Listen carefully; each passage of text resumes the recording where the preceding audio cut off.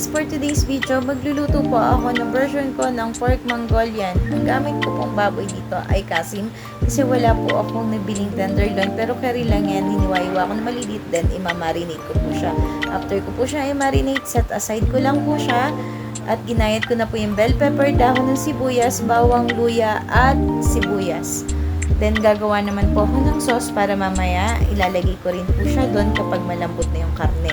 Gumamit nga po pala ako dyan ng toyo, oyster sauce, oil, paminta, asukal, at cornstarch. Nilagyan ko nga din po pala yan ng konting ketchup para medyo mapula-pula po siya. Then, i-mix lang po siya hanggang ma-dissolve po. At eto na nga po, ilalagay na po natin siya sa kawali. After natin siya ma-marinate ng isang oras, lagyan na natin siya sa kawali. Ayan, pantay-pantayin lang po natin siya para maluto siya lahat. Then, ilalagay na po natin yung bawang, sibuyas at luya para po lumasan na siya at lumambot pa yung karne. After lumambot ng karne, ilalagay na rin natin yung sauce na ginawa po natin. Yan. Palambutin lang natin maigi yung karne.